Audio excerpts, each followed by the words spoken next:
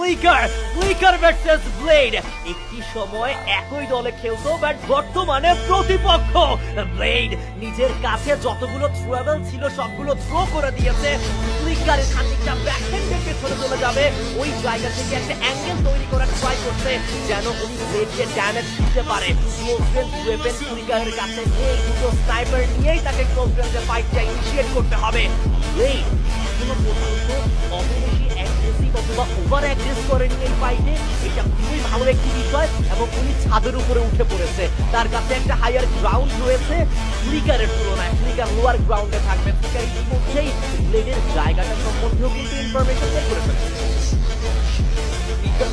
Blade বাড়ি আজকের লবির সব থেকে বেশি মজাদার ব্যাটল এই মুহূর্তে আমরা দেখছি, এবং এই ঐতিহাসিক ব্যাটলের আমার মনে হয় সাক্ষী হওয়ার জন্য আপনারাও প্রস্তুত আছেন। ব্লেড যদিও একটা শট কানেক্ট হয়েছেন, তার বডিতে অনেকটা ফিল করেছিল, এখন পর্যন্ত কেউই হার মানতে চায় না।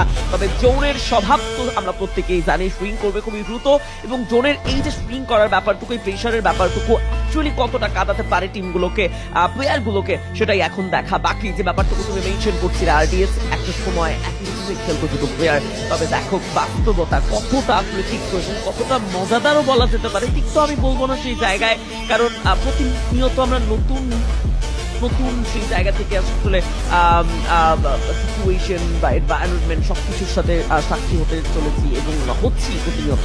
তবে ব্লেড নিচে নেমে এসেছেন, ফ্লিকার কিছুটা দেরিতে হলো সেটা আসলে পয়েন্ট করেছেন, শর্ট রেঞ্জ থেকে এগিয়েছেন ব্লেড। ফ্লিকারকে ডমিনেট করবেন, এন্ড তাবুয়া গোল